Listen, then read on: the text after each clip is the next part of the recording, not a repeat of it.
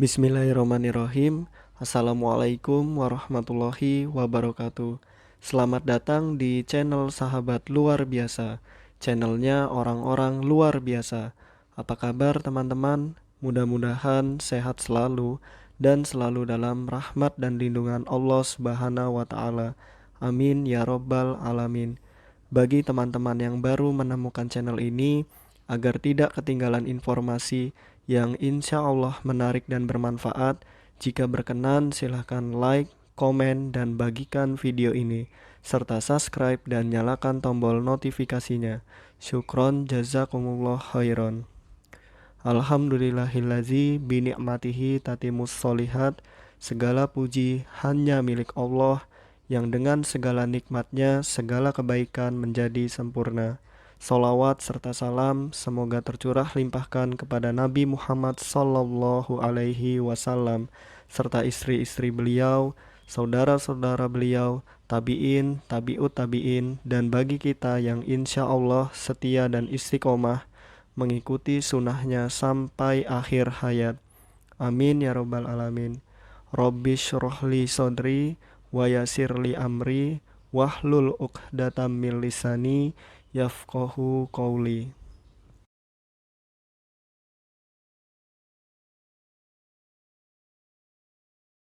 Baik teman-teman, kali ini kita akan membahas materi terkait tuli atau tunarungu, baik itu pengertiannya, klasifikasinya, ataupun istilahnya. Baik, saya mulai. Pertama, pengertian. Nah, pengertian dari tuli atau tunarungu. Menurut ahli Donald F. Morris dalam Somat dan Herawati tahun 1996, tunarungu adalah suatu istilah umum yang menunjukkan kesulitan mendengar dari yang ringan sampai berat, digolongkan ke dalam tuli dan kurang dengar. Nah, orang tuli adalah yang kehilangan kemampuan mendengar, sehingga menghambat proses informasi bahasa melalui pendengaran. Nah, menghambat proses informasi bahasa melalui pendengaran, baik memakai atau tidak memakai alat bantu dengar, di mana batas pendengarannya yang dimilikinya cukup memungkinkan keberhasilan proses informasi bahasa melalui pendengaran. Sedangkan menurut Boothroyd dalam Bunawan dan Yuwati tahun 2000, istilah tunarungu ditujukan kepada seseorang yang mengalami segala gangguan dalam daya dengar, terlepas dari sifat, faktor penyebab, dan tingkat derajat ketunarunguan. Seseorang yang mengalami gangguan kemampuan daya dengar walaupun tingkat derajatnya bervariasi dalam menangkap bunyi akan dikatakan sebagai tunarungu. Lalu kesimpulannya, dapat disimpulkan bahwa ketunarunguan merupakan suatu keadaan di mana individu mengalami kerusakan pada indera pendengaran yang mengakibatkan mengalami gangguan kemampuan dalam daya dengar, yang meliputi seluruh gradasi baik ringan, sedang, sampai berat, walaupun dengan atau tanpa alat bantu dengar, tetap mengalami kesulitan dalam percakapan atau berbahasa, sehingga membutuhkan layanan pendidikan khusus untuk memaksimalkan kemampuan yang ada sehingga mampu berinteraksi dengan lingkungan sekitar. Nah, adapun penggolongan ketunarunguan dan batasan peristilahan menurut A. Boothroyd tahun 1982. Ketunarunguan atau hearing impairment, nah gangguan pendengaran terlepas dari penyebab dan tingkat kehilangan. Nah, di sini ada kehilangan pendengaran atau hearing loss atau gangguan dalam mendeteksi bunyi. Nah, lalu ada gangguan proses pendengaran atau auditory process disorder, yaitu gangguan dalam kemampuan menafsirkan pola-pola bunyi atau sound pattern. Nah, tingkat kehilangan pendengaran berdasarkan pengukuran ambang pendengaran dalam desibel. Nah, total Nah, apabila total atau total nyata sangat berat profond atau berat sevrage ini termasuk ke dalam tuli atau div. Nah, sedangkan dari berat, sedang, ringan, nah moderate ini kurang dengar atau hard of hearing. Nah, tingkat kehilangan berat bisa digolongkan tuli dan kurang dengar tergantung pemakaian alat bantu dengar. Nah, adapun klasifikasinya, nah berdasarkan etiologi, tunarungu endogen. Nah, maksudnya tunarungu endogen ini faktor genetik atau keturunan. Sedangkan tunarungu eksogen ini faktor non-genetik atau bukan keturunan. Jadi endo dan ekso, keturunan dan bukan. Endogen itu dari keturunan, sedangkan eksogen bukan keturunan. Lalu saat terjadi ketunarunguan, ada dua, ada ketunarunguan bawaan dan ada ketunarunguan setelah lahir.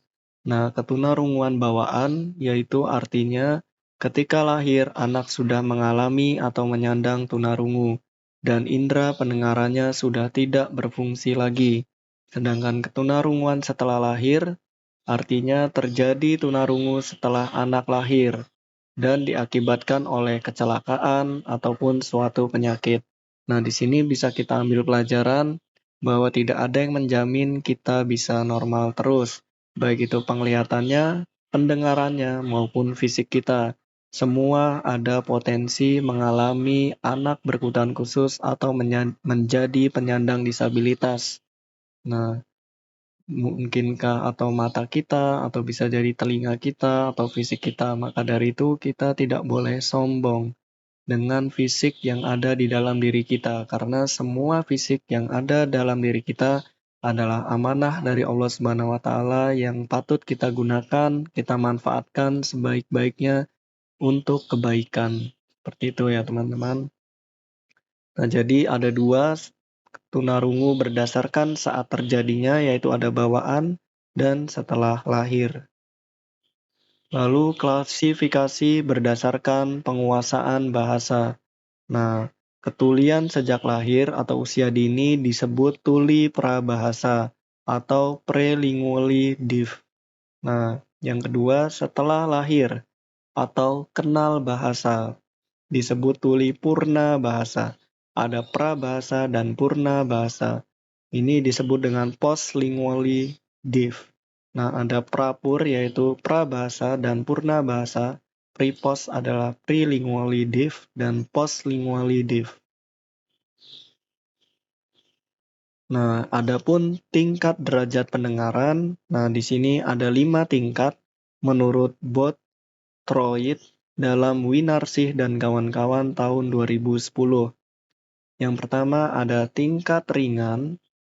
Nah, yang ringan ini antara 15 sampai 30 desibel. Nah, ini disebut dengan mild atau hearing loss, ketunarunguan ringan. Nah, ini 15 sampai 30. Lalu ada sedang atau moderate, ini 31 sampai 60 desibel. Nah, disebut hearing loss atau sedang. Lalu berat, severe, yaitu 61 sampai 90. Nah, ini tergolong berat. Lalu sangat berat 91 sampai 120.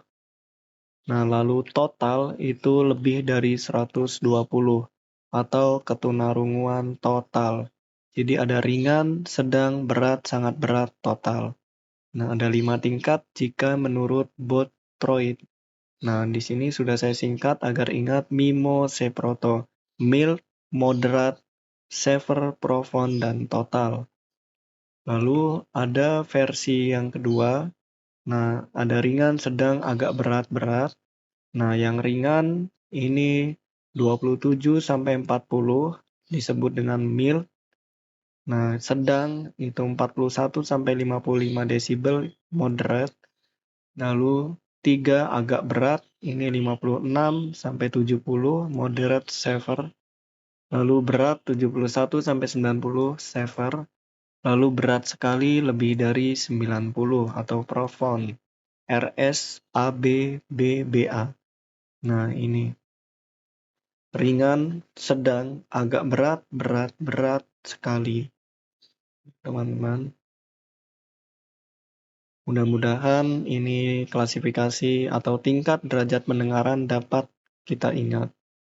Amin ya robbal alamin. Lalu, tempat kerusakan pendengaran. Nah, disebut tuli konduktif apabila dari luar dan tengah telinga. Nah, disebut tuli sensorineural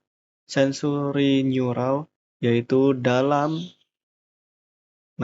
dalam serta saraf pendengaran. Lalu ada campuran yaitu antara konduktif dan sensorineural. Nah, konser. Nah, kon itu konduktif, ser itu sensorineural, luar dalam. Nah, apabila konduktif itu tulinya dari luar dan tengah. Nah, apabila sensorineural itu dari saraf dalam serta saraf pendengaran. Dan adapun yang campuran. Lalu ada istilah kongenital atau pembawaan dan akuirit yaitu didapat. Jadi tunarungu yang kongenital yaitu bawaan dan akuirit adalah didapat. Ko adalah kongenital, nah akuirit adalah didapat. Baik teman-teman, mungkin itu saja yang dapat saya bagikan. Apabila ada kebenaran, pastikan itu datangnya dari Allah Subhanahu wa Ta'ala, dan apabila ada kesalahan, pastikan itu datangnya dari saya. Maka, apabila ada kebenaran, mohon doakan kebaikan, dan apabila ada kesalahan, mohon dimaafkan dan diingatkan. Syukron, jazakumullah khairan. Allahumma inni as'aluka ilman nafi'an wa rizqan thayyiban wa amalan mutaqabbalan. Subhanakallahumma wa bihamdika asyhadu an la ilaha illa anta astaghfiruka wa atubu ilaik. Wassalamualaikum warahmatullahi wabarakatuh.